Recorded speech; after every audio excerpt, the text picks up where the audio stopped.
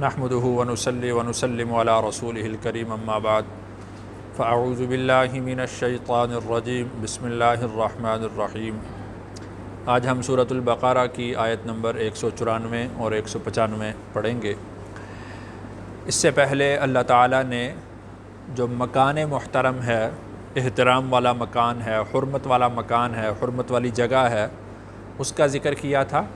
اس آیت میں اللہ تعالیٰ نے جو زمانے محترم ہے، یعنی ایسا زمانہ کہ جو قابل احترام ہے، اس کا ذکر کیا ہے۔ اور اس کے بعد اللہ تعالیٰ نے یہ ارشاد فرمایا کہ ہر صورت میں تمہیں تقوی کی تلقین کی جاتی ہے، ہر صورت میں تمہیں تقوی کو مد نظر رکھنا ہے، اس لیے کہ اللہ کی معیت، اللہ کی مدد، اللہ کی نصرت ان لوگوں کے ساتھ ہوتی ہے جو تقوی اختیار کرنے والے ہیں، پرہیزگاری اختیار کرنے والے ہیں۔ تو یہاں پر چونکہ اللہ تعالیٰ نے قتال کا حکم دیا تھا، تو قتال وہ تو جہاد بالنفس ہے، اپنی ذات کے ساتھ جہاد ہے، اپنی ذات کے ساتھ میدان میں اترنا ہے، تو اس کے لیے مال کی بھی ضرورت پڑتی ہے۔ تو اس کے بعد اللہ تعالیٰ نے جہاد بالمال کا بھی حکم ارشاد فرمایا، یعنی جہاد بالنفس، خود میدان میں اترو، اور جب آدمی خود میدان میں اترتا ہے تو اپنا مال بھی ساتھ لے کر جائے۔ اور یوں بھی ہو سکتا ہے کہ کچھ لوگ ایسے ہوتے ہیں کہ جو خود تو میدان میں نہیں اتر سکتے، تو ان کے لیے یہ حکم ہے کہ وہ اپنے مال کو اللہ کی راہ میں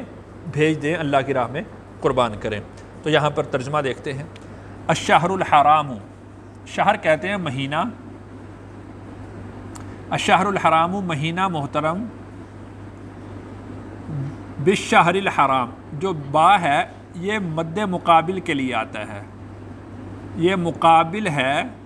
شہر یعنی مہینہ محترم کے، یا یوں بھی کیا جا سکتا ہے کہ احترام والا مہینہ یہ عوض ہے احترام والے مہینہ کے،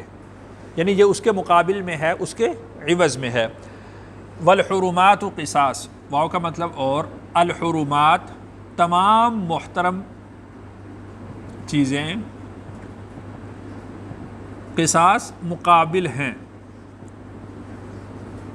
بدلہ ہیں۔ تو صحابہ کرام کو جیسا کہ ایک تشویش تھی کہ ہم عمرہ کے لیے جائیں گے تو وہ لوگ ہم سے کہیں قتال نہ کریں، تو اللہ تعالیٰ نے پہلے یہ حکم ارشاد فرمایا کہ اگر وہ مکان محترم میں یعنی احترام والی جگہ پر، حرمت والی جگہ پر تمہارے ساتھ جہاد کرتے ہیں تو تمہیں کوئی حرج نہیں، کوئی مانع نہیں ہے، تم ان کے ساتھ وہاں پر بھی جہاد کر سکتے ہو، حتیٰ کہ مسجد حرام کے اندر اگر وہ تمہارے ساتھ قتال کریں تو تم نے ابتدا نہیں کرنی، اگر وہ قتال کرے تو پھر تم بھی کر سکتے ہو۔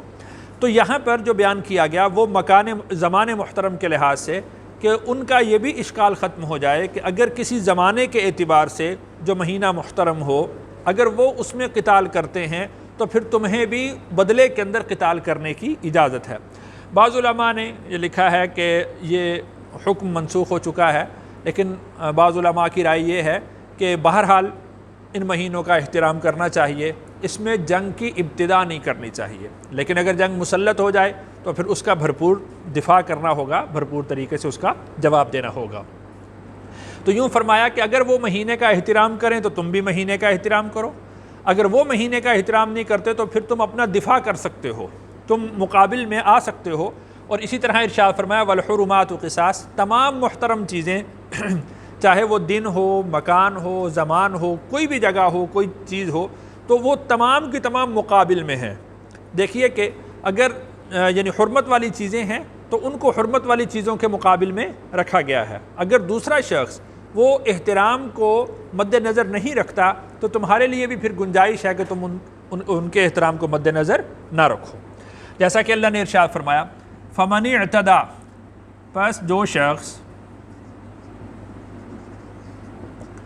زیادتی کرے، علیکم تم پر، فَاعْتَدُوا عَلَيْهِ تو تم بھی زیادتی کرو اس پر، بِمِثْلِ اتنی ہی، ما جو اعتدا علیکم اس نے زیادتی کی تم پر، یعنی اگر کوئی شخص تم پر زیادتی کرتا ہے تو تمہیں بھی اتنی ہی زیادتی کی اجازت ہے جتنی کی اس نے زیادتی کی ہے۔ اس کے بعد اللہ نے ارشاد فرمایا واتقوا اللہ، اور تم اللہ سے ڈرو۔ یعنی زیادتی کرنے میں اب یہ نہ سمجھو کہ انہوں نے پہل کر لی ہے اب تمہارے لیے سب حلال ہو گیا، تمہارے لیے سب جائز ہو گیا، ایسے نہ سمجھو، بلکہ واتقوا اللہ، پھر بھی اللہ کا خوف اپنے ذہن میں رکھو۔ جیسا کہ اللہ تعالیٰ نے اور رسول اللہ صلی اللہ علیہ وسلم نے ان چیزوں کا حکم ارشاد فرمایا ہے کہ اگر وہ زیادتی کرتے ہیں تو جتنی انہوں نے زیادتی کی ہے اتنی ہی تم زیادتی کر سکتے ہو۔ یعنی اس طرح ہے کہ اگر بالفرض انہوں نے قتل کیا تم بھی قتل کرو۔ اب یہ نہیں ہے کہ تم قتل بھی کرو اور پھر ان کا مسئلہ کرو، ان کی جو ڈیڈ باڈی ہے، ان کی میت ہے، ان کو آگ لگا دو، ان کے ٹکڑے ٹکڑے کر دو۔ اب دیکھیں نا کہ زیادتی اور تو اسی طرح بڑھ جائے گا نا، قتل کے برابر میں کیا ہے؟ قتل ہے بس۔ تو اب وہ تمہارے اس ہاتھ لگ گئی ہے اس کی میت، تو اب ان کا ناک کاٹ دو، اس کی آنکھیں نکال دو، اس کے کان کاٹو، ہونٹ کاٹو، یہ کیا ہو جائے گا؟ زیادتی ہو جائے گی، یہ مسئلہ کرنا ہو جائے گا۔ اس کی شریعت نے اجازت نہیں دی۔ واتقوا اللہ، تم اللہ سے ڈرو۔ واعلموا، اور تم جان لو، ان اللہ، بے شک اللہ، مع المتقین، مع کا مطلب ساتھ ہیں، متقین تقوی اختیار کرنے والوں کے، یا یوں پرہیزگاروں کے بھی ترجمہ اس کا ہو سکتا ہے۔ تم جان لو کہ اللہ تعالیٰ کی معیت، اللہ کی مدد، اللہ کی نصرت، اللہ کی طاقت ان لوگوں کے ساتھ ہوتی ہے کہ جو لوگ تقوی اختیار کرنے والے، جو لوگ پرہیزگاری اختیار کرنے والے ہیں، تو اللہ کی معیت ان کے ساتھ ہوگی۔ یعنی اگر بالفرض تمہارا ہاتھ پڑتا ہے اور تم زیادہ بڑھ جاتے ہو، حدود سے تجاوز کر جاتے ہو، تم نے ان پر زیادتی کر دی، تو پھر اللہ کی مدد اور نصرت تم سے ہٹ جائے گی، پھر اللہ کی جو معیت ہے وہ تمہارے سے ختم ہو جائے گی، پھر تم جانو اور وہ جانے۔ تو وہ اگر وہ یعنی ان کے پاس زور زیادہ ہوا تو وہ جو ہے وہ غالب آ جائیں گے، اگر تمہارے پاس زور ہوا تم غالب آ جاؤ گے۔ لیکن اگر تم تقوی اختیار کرتے ہو، پرہیزگاری اختیار کرتے ہو، تو پھر اللہ کی مدد اور نصرت تمہارے ساتھ ہوگی، تو پھر یعنی کامیابی، فتح وہ تمہارا مقدر ہوگی۔ تو یہاں تک اللہ تعالیٰ نے یعنی جہاد بن نفس کا حکم دیا تھا، یعنی اس کی اجازت تھی کہ تم اپنی ذات کے ساتھ جہاد کر سکتے ہو۔ آگے ارشاد فرمایا، یہاں سے جہاد بالمال کا حکم ہے، وَأَنفِقُوا، اور تم خرچ کرو، فی سبیل اللہ، اللہ کی راہ میں، وَلَا تُلْقُوا، اور نہ ڈالو، بِأَیْدِیکُم، اپنے ہاتھوں کو، الی التہلکہ، ہلاکت کی طرف۔ اب دیکھیے کہ مال کو خرچ کرنے کا اللہ تعالیٰ نے حکم ارشاد فرمایا،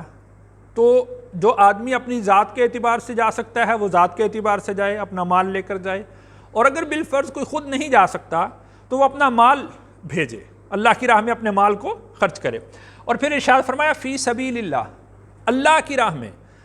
اس سے مراد یہ ہے کہ محض جہاد اس لیے کرنا، اپنے مال کو محض اس لیے خرچ کرنا کہ اللہ کا کلمہ بلند ہو جائے،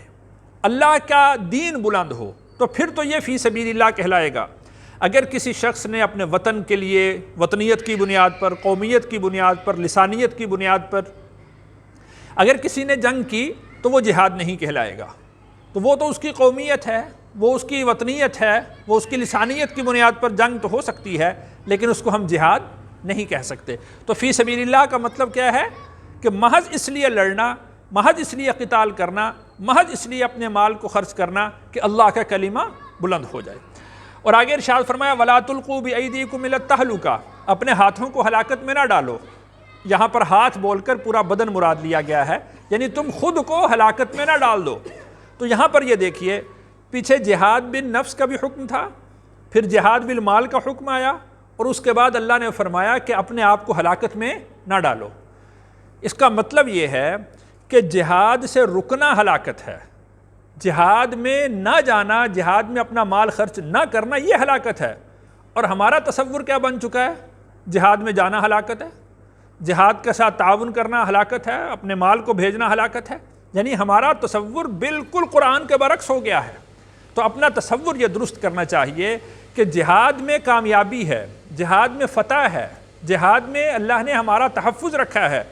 اعلاء کلمت اللہ وہ جہاد کے ذریعے سے ہوگا، یہ ذہن میں رکھنی چاہیے بات۔ تو اور ولا تلقوا بایدیکم الی التہلکہ، تم خود کو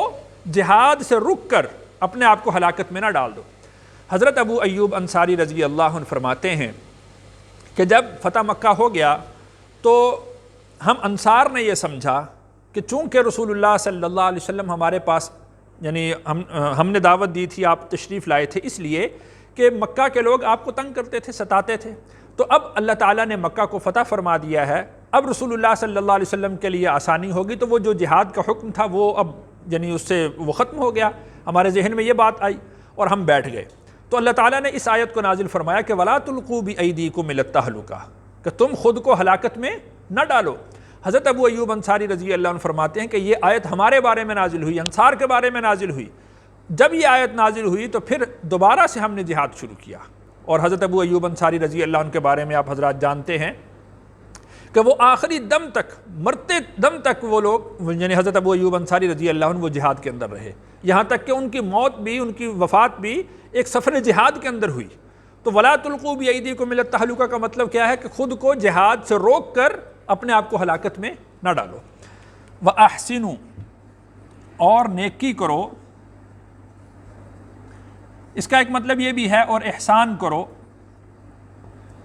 احسان کرنے کا مطلب یہ ہے کہ خود جہاد میں جاؤ، اپنے مال کو جہاد میں خرچ کرو، تو یہ تم اپنے اوپر احسان کر رہے ہو، کسی کے اوپر کوئی احسان نہیں ہے، تم اپنے لیے نیکیاں اکٹھی کر رہے ہو، اپنے لیے نیکی جمع کر رہے ہو۔ احسان کا ایک مطلب یہ ہے کہ کوئی بھی نیک عمل وہ اس انداز میں کرنا کہ اللہ مجھے دیکھ رہے ہیں۔ اگر یہ آدمی کو یعنی تصور نہ آئے تو پھر یہ احسان نہیں کہلائے گا۔ اور احسان کا ایک مطلب یہ بھی ہے کہ ہر عمل کو بہترین طریقے سے جو اس کے تقاضے ہیں ان تمام تقاضوں کو پورا کرتے ہوئے عمل کو کرنا، یہ احسان کہلاتا ہے۔ تو وَأَحْسِنُوا، اور نیکی کرو، احسان کرو، یعنی مال کو خرچ کرنا ہے تو اس طریقے سے خرچ کرو، اگر خود جہاد میں جانا ہے تو اس طریقے سے جہاد میں جاؤ کہ اللہ تمہیں دیکھ رہے ہیں، اللہ کی نظر تمہارے اوپر ہے۔ جب یہ آدمی کا تصور ہوگا تو پھر آدمی کا دھیان اور توجہ کسی اور طرف نہیں جائے گا، یعنی ریاکاری کا پھر تصور ہی ختم ہو جائے گا۔ ان اللہ، بے شک اللہ، یحب، پسند کرتے ہیں، محبوب رکھتے ہیں،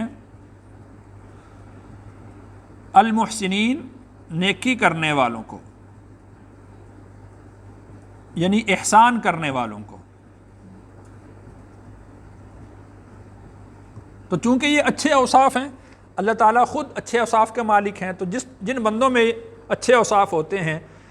تو وہ اللہ کے بھی محبوب ہوتے ہیں، اللہ کے پسندیدہ لوگ ہوتے ہیں۔ اللہ تعالیٰ سے دعا ہے اللہ تعالیٰ مجھے اور آپ کو قرآن کا فہم نصیب فرمائے، اس پر عمل کی توفیق نصیب فرمائے۔